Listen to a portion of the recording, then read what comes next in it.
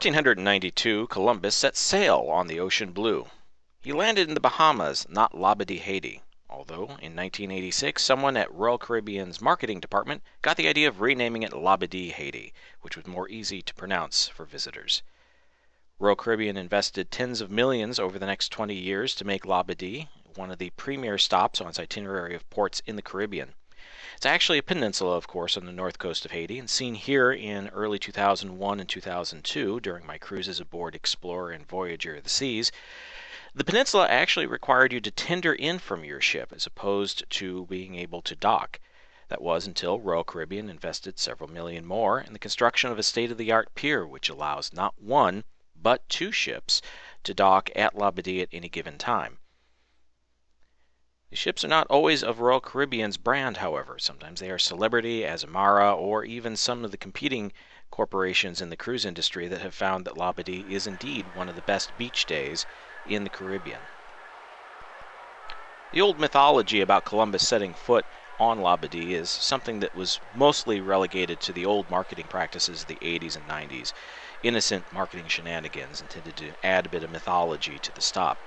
When passengers disembark at the tip of the peninsula at the pier, they have the option of jumping on trams which shuttle all up and down the peninsula's run. The northernmost beach, which can be seen in our YouTube video, is actually not available for swimming, but it's also very, very uncrowded, and it's usually your best bet if you're simply looking to get away and spend a day in the sun. The shuttles run throughout the day, and usually you can find one within 5 or 10 minutes of arriving at any of the various stops. These shuttles also run through the various marketing areas. There are actually two major marketing areas, one which is populated by locals who pay a small fee to be able to set up shop in any of the number of sheds that have been built over the years, many of which were actually substantially improved after recent hurricanes and earthquakes.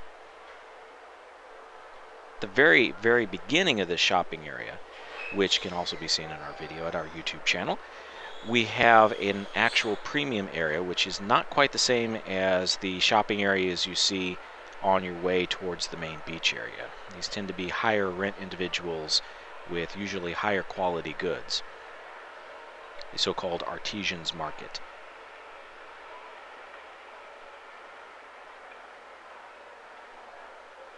The large orange building called the Artisans Market is actually at something of a crux of all of the transportation on the island. It's nearest to most of the major restrooms as well as several of the major dining areas.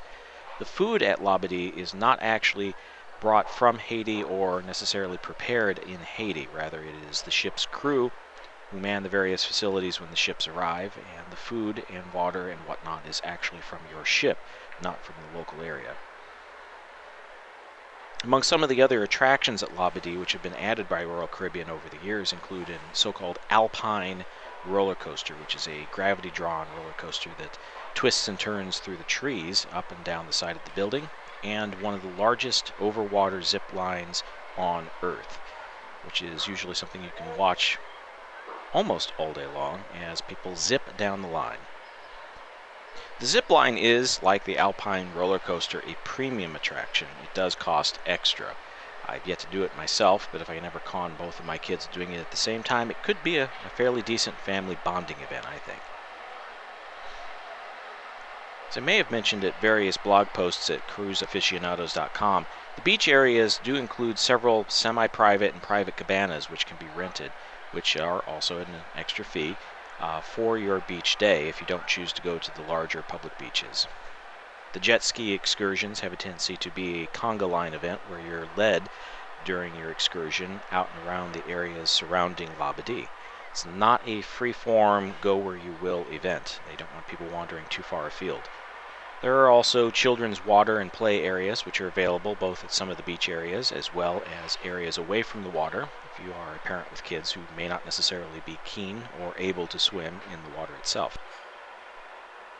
As a peninsula, there are really only two ways onto or off of Labadee. The most frequent and visible way is through small boats and shuttles, which you'll see jetting to and from the main pier as well as the employee areas to the small town which is located to the south of Labadee. The majority of the people who work at Labadee are in fact residents of the small town and settlement which is nearby. And more recent headlines may have crossed your attention about locals using their small boats to prevent Royal Caribbean ships from docking at Labadee. In truth, this was not so much about the cruise lines as much as it was local political officials in the election cycle which was underway at the time. Labadee Haiti is the single largest source of tourist dollars in the entire country. Indeed, it is one of the major economic forces in the nation at large. No one from the cruise lines to the locals actually would want to see the ships stop docking there, and indeed after the major earthquakes in the past decade, cruise ships were one of the major sources of transportation and relief aid, both from the cruise lines and from the public at large. All told, Labadee is one of the most pleasant stops I've enjoyed with Royal Caribbean. It is safe, it's predictable, it is almost always a comfortable place, and even when there are two ships present, it is still a space large enough to be able to accommodate everyone comfortably.